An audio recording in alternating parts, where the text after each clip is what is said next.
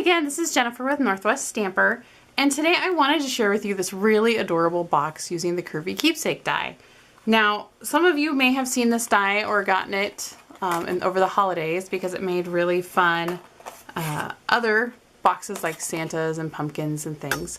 But I thought I would share an idea for how to use it for Easter or spring or whatever you feel like. So, this is the bunny. Now to make the bunny, you're going to need the Curvy Keepsake die. You're going to need the extra large oval, the large oval, the modern label punch, the owl punch, or some other punch that has this smaller circle. I have the 1/2 inch punch here, and then you'll need some pens and adhesive.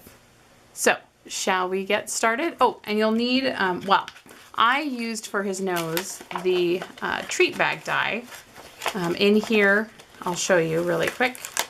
They have all of these different dies, and in one of them is this row of hearts. And this heart is what I used for his nose. So if you have a heart punch, you could use it. These just made a really cute size of heart. So shall we get started making it? Let's shall.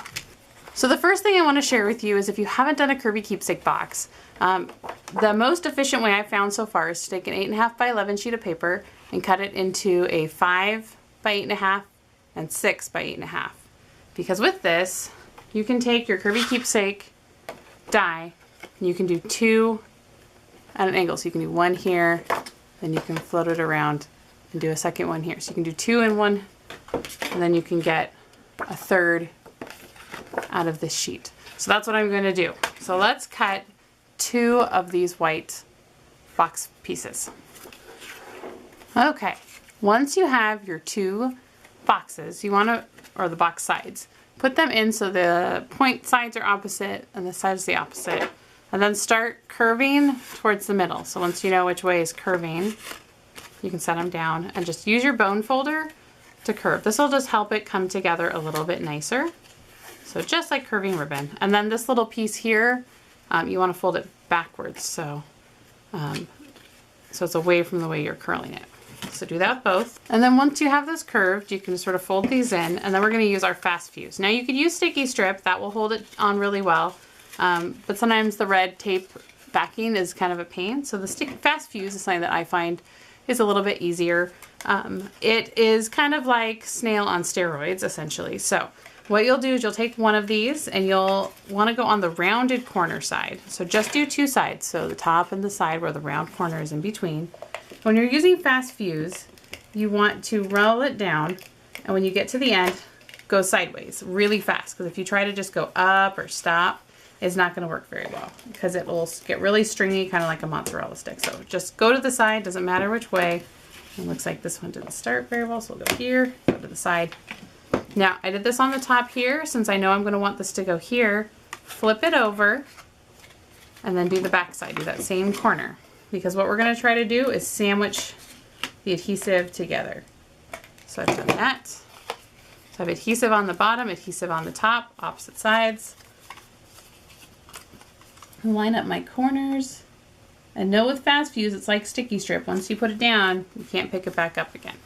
But now you have their box, and you can easily just close it up, and we're going to just close it up for now while we finish doing the rest of our bunny. So there is our body for our bunny. Next, let's start punching out pieces. So for the ears, you are going to want the extra large oval with your scrap paper. You want 2.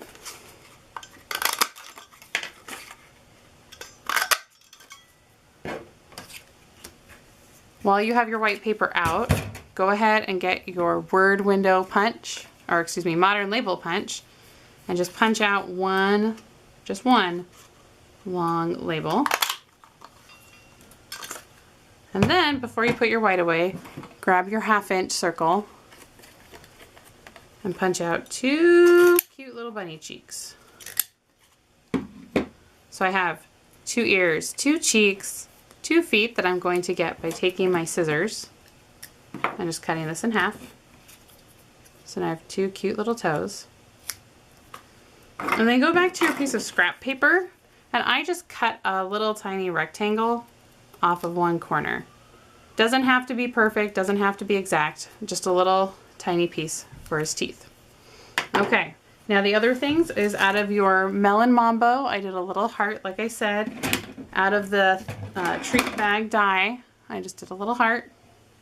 And then you're going to take the large oval and you're going to cut out 2 for the insides of his ears. So you can kind of see we're building up his ears here. And then finally the last piece is you need his little eyes. So for that we're going to use our owl punch. And I'm using these 2 eyes, the ones that are right above the body. So you can just take a piece of black scrap paper, slide it in. If you want to be super efficient, turn it upside down.